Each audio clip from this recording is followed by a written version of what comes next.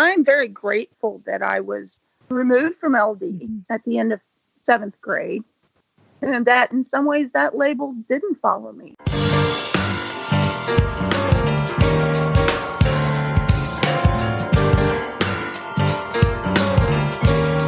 Welcome to Heart to Heart with Anna. I am Anna Jaworski and the host of your program. We are in season 14 and we are so happy to have you here with us today. I'd like to announce a new contest that we'll be conducting for the summer of 2019. We want to hear your stories. We want to know how an episode of Heart to Heart with Anna has impacted your life. Share your 500 to 2,000 word story with us. We'll post them on our website and we'll let people vote for the story that touches them the most. The first place winner will get a Heart to Heart with Anna shirt of their choice. The second place winner will get a Heart to Heart with Anna tote bag. And the third place winner will get a Heart to Heart with Anna mug. See heartunitetheglobe.org for more information. Today's show features Kathy Ware, and our episode is entitled From Learning Disabled to College Professor. Kathy Ware was born in 1974 with tricuspid atresia and pulmonary stenosis. Her first surgery occurred in her first year of life when she had a POTS shunt. At age 5, she had a central shunt inserted. In 1989, she had a POTS reconstruction, a modified Blalock-Taussig shunt, and then a classic Glenn procedure. All of these surgeries were done with the plan of having a Fontan procedure, but she developed pulmonary stenosis and has never had the Fontan. Kathy Ware is a return guest. During season 9 and 3/4, Kathy was interviewed by her good friend, Laura Ryan. Laura Ryan was Heart to Heart with Anna's guest host. Our ladies, both Heart Warriors, participated in an episode called A Heart Warrior's Early Onset Menopause. And I really enjoyed that show, Kathy. For one thing, just knowing that Heart Warriors could make it to menopause. That was just such an awesome show. Welcome back to the show, Kathy. Thank you very much for having me. Today, we're going to be talking about something completely different, but this is something that is so important, and that is the diagnosis of learning disability. Let's start by having you tell us what your mother and father told you about growing up with a congenital heart defect as an infant. Like, did they ever tell you if you saw any specialists on a regular basis, that kind of thing? No, I did not. I think part of it is being born in the 70s. Mm-hmm. There was no expectation for me to enter kindergarten. There was no expectation for me to see my teens or adulthood. Mm-hmm. They basically told my parents that I wasn't supposed to survive the POTS. And when I did, there was like, well, we'll see where she goes. But there wasn't this expectation of longevity and long life. It was see where she goes. I didn't get any physical therapy. I didn't get any occupational therapy. And I didn't have feeding tubes either. So I weighed 15 pounds at year 1 and 17 pounds at year 2. Oh, my goodness. You were teeny tiny. I didn't really walk or talk much until I was 2. Wow. So I was delayed. Mm-hmm. But again, there weren't those services to provide the extra care or the catch-up, I guess is what I'm trying to say, the catch-up for us. Right, right. Now, Kathy, do you have older brothers or sisters? I have one older brother. He is 6 years older than myself. And my mother will tell you that I did my best to keep up with him. But I did get out of breath sooner or quickly. And my parents were told that I would self-limit, and I did. So they never sat down and told me to stop. Yeah, right. Well, the Education of All Handicapped Children's Act was not passed until 1975, which was a year after you were born. Do you know if you participated in any early childhood education program as a youngster? I'm not even sure that they had any early childhood education programs back then, but... No, none that I know of. I was put in a preschool for a year or so before I went to kindergarten, but it was your run-of-the-mill local preschool. It wasn't a specialty type to do anything other than socialize and learn your alphabet and those sorts of things. Mm-hmm. Yeah, kids today have so much more available to them than what they did in the 70s. I mean, it's a totally different world now. My husband and I both attended the same Mrs. Guard's preschool. Aww. So you've known your husband since preschool? No, but he's actually 8 years older than me, so no. Okay. Yeah, he shouldn't have been there when you were there if he's 8 years older than you. But how cute is that both of you attended the same preschool? I think that's sweet.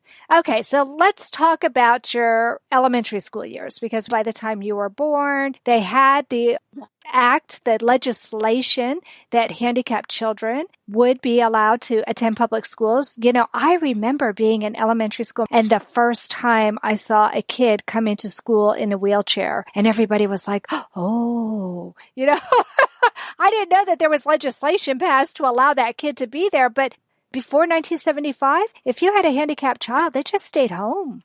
Mm-hmm. So tell me about your early years. I had my first surgery while I was in kindergarten. I was removed for 3 months. And then I had separation anxiety when I went back until basically my mom laid down the law and said, no, you will stay there. You are not coming home anymore. So I finished up the school year in kindergarten and was moved on to first grade. That in and of itself is remarkable. You missed 3 months of school in kindergarten.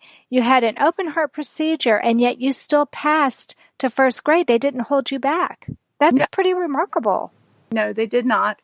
They tried their best to catch me up when I returned, working with numbers and the alphabet. Again, this was 79, 80 school year, and kindergarten wasn't as intense in making sure you could read when you left or things like that. It was much more right. Numbers, your alphabet, socializing, playing, coloring within the lines. Yeah. Those things. Yeah. There are actually different expectations for kindergarten children today compared to when we were kids growing up. Yes. But I went on to first grade, and in first grade is when I first noticed that I'm struggling. And wow, you noticed? I never said anything to anybody that I even noticed it, but my learning disability wasn't finally picked up on until fourth grade, when my fourth grade teacher finally said, no, she's not keeping up, and sent a letter home and started the process of getting me tested. Texas Heart Institute were offering us a mechanical heart, and he said, no, Dad, I've had enough. Give it to someone who's worthy. My father promised me a golden dress to twirl, and he held my hand and asked me where I wanted to go. Whatever strife or conflict that we experienced in our long career together was always healed by humor. Heart to Heart with Michael. Please join us every Thursday at noon Eastern as we talk with people from around the world who have experienced those most difficult moments.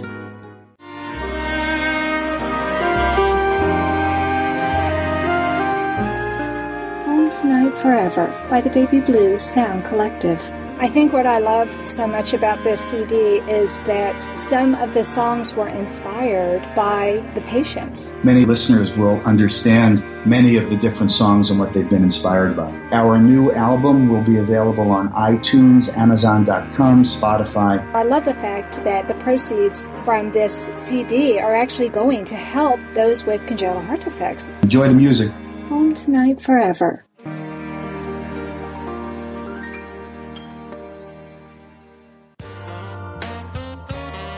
You are listening to Heart with Anna. If you have a question or comment that you would like addressed on our show, please send an email to Anna Jaworski at anna@hearttoheartwithanna.com. That's anna@hearttoheartwithanna.com. Now, back to Heart with Anna. Kathy, before the break, we were talking about your infancy and your early childhood, but you said right before we left that you were in fourth grade before they realized something was wrong. Can you talk to us about the testing that they did and what your parents were told? They did the typical psychological test, learning test, the WISC, I think it's called, test. And I enjoyed some of the tests. I really did. I enjoyed the spatial test. I did quite well with it. And picking out the order of a sequence of the story and so forth. Mm-hmm. But it all came down to I could not spell. And I was taught phonics. I was in a school in the early 80s where tracking was the thing. And so I had been placed with the higher level students, probably because my older brother was gifted and talented and my father was in the educational system. So there was an expectation that I would have that high outcome, is my guess. Phonics never made sense to me. And I think the problem is, and even though it has never been described or told to me exactly what was wrong, I think the problem is I can't hear, or I struggle to hear, the difference between certain letter sounds. All the short vowels sound the same. My A, my E, my I, my O, U sound very, very similar to me. C's and S's sound similar. J's and G's sound similar. D's and T's sound similar. And so that was my struggle. And I was placed in learning disability program in 5th grade. I was tested in 4th. And I was tested again in 7th grade. Somewhere in those middle school years, I don't know what happened, but something clicked. And wow. I finally started figuring out how to read. And so I tell people my best guess is that I had to memorize enough words and how they looked and how they were spelled and how they were pronounced in order to read and write decently.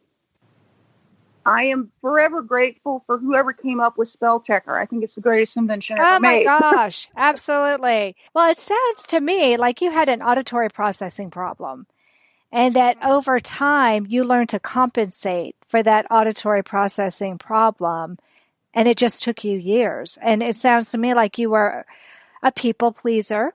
You wanted your parents to be proud of you. You wanted to work hard and be like your big brother, and you knew he was talented and gifted. So you just found a way to compensate. I don't know what clicked, but I will tell you that my mother did not take the diagnosis laying down. My father was a middle school principal at this point in time. He knew what that diagnosis meant. And he did not have high expectations of me going to college. My brother was second in his class. Granted, we graduated in a very small high school. I graduated with 92 other people. But aw, that's neat.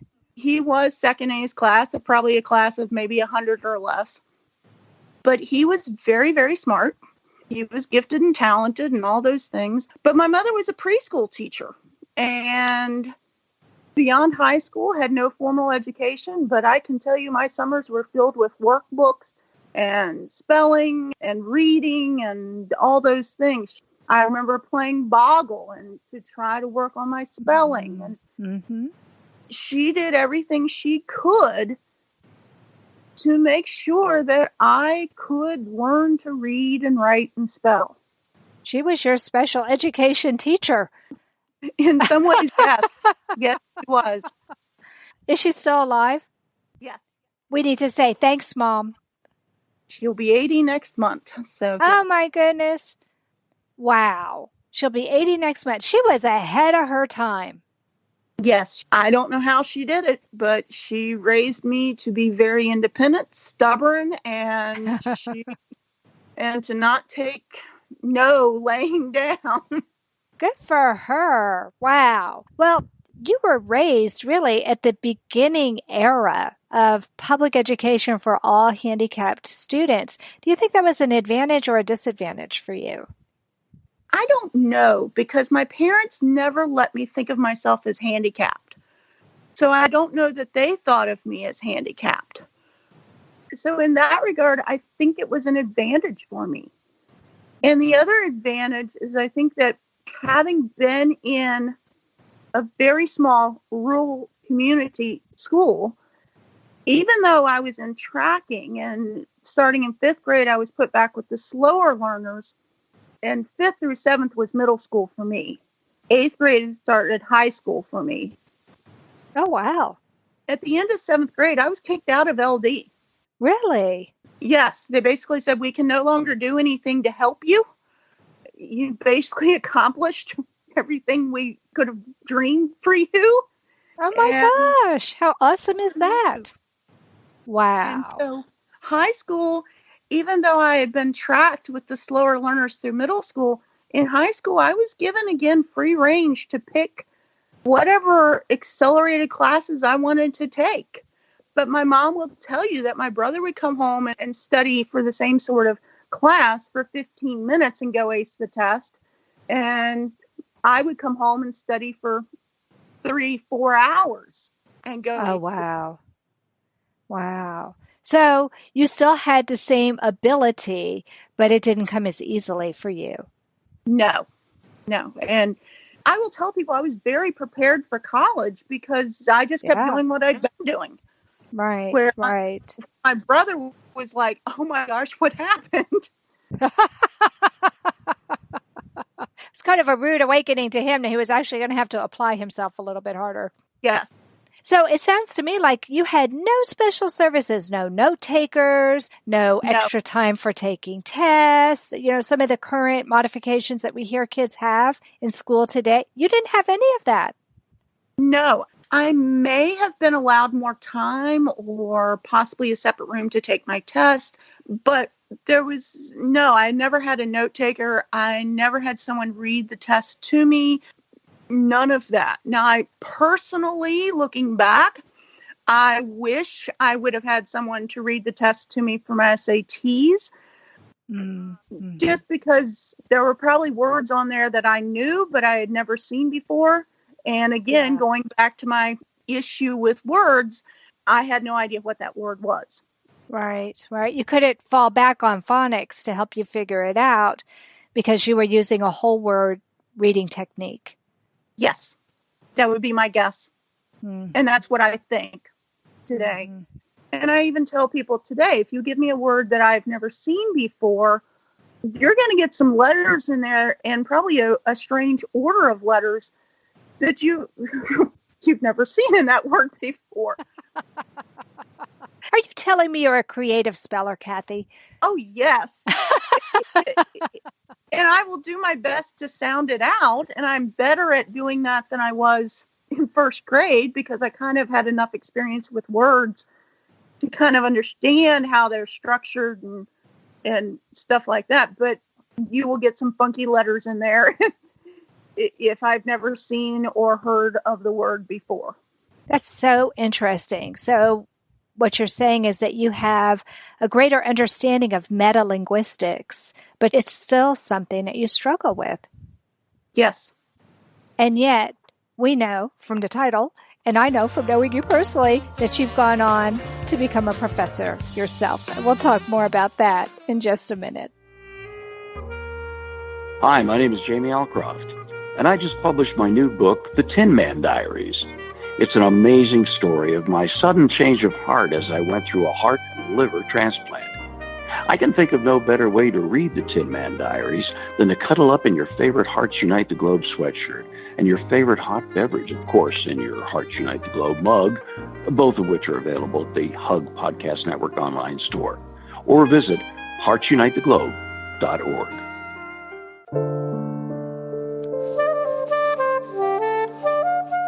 Heart to Heart with Anna is a presentation of Hearts Unite the Globe and is part of the Hug Podcast Network. Hearts Unite the Globe is a non-profit organization devoted to providing resources to the congenital heart defect community to uplift, empower, and enrich the lives of our community members.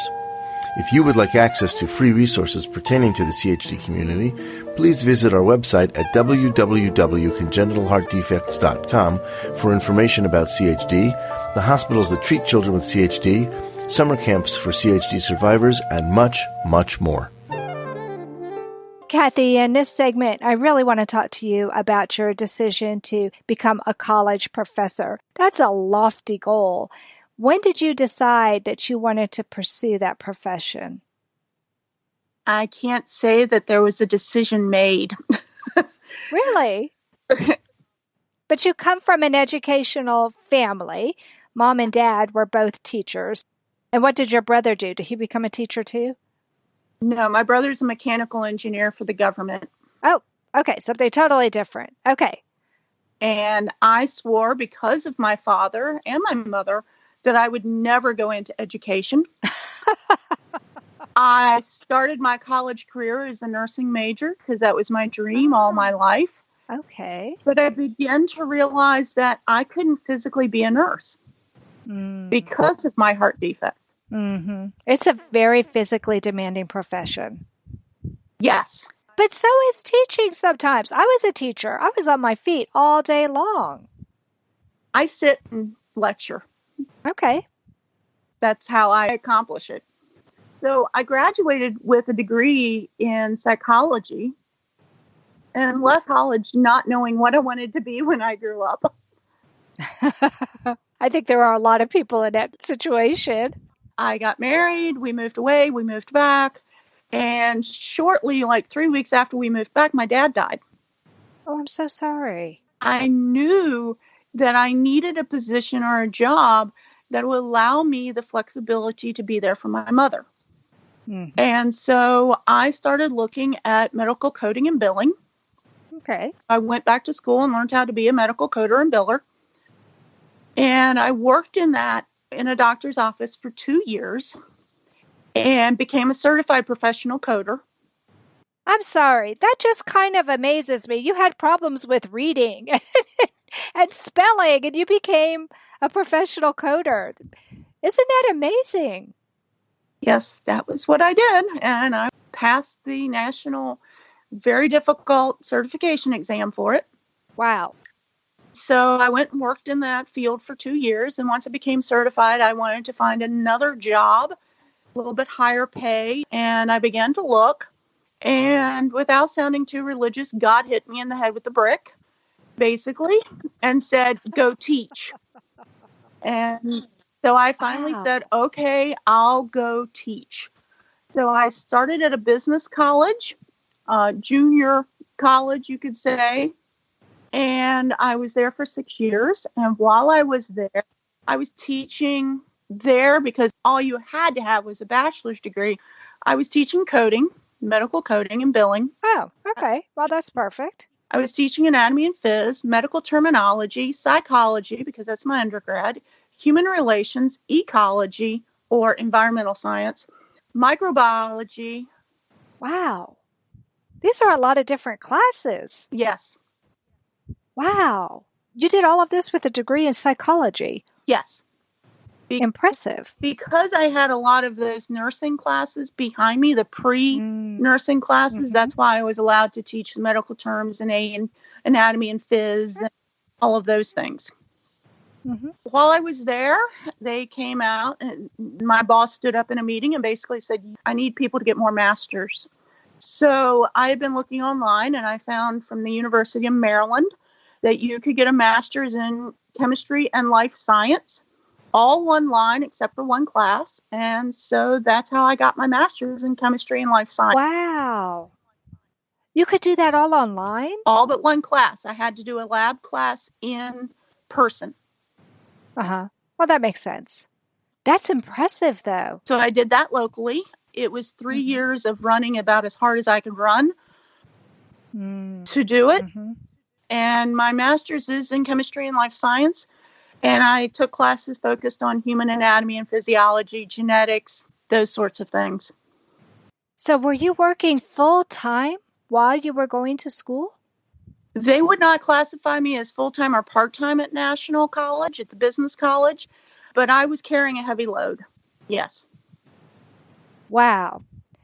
That's really surprising. That's why it took 3 years.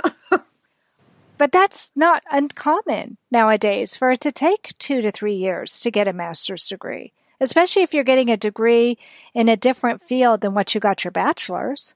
Yes.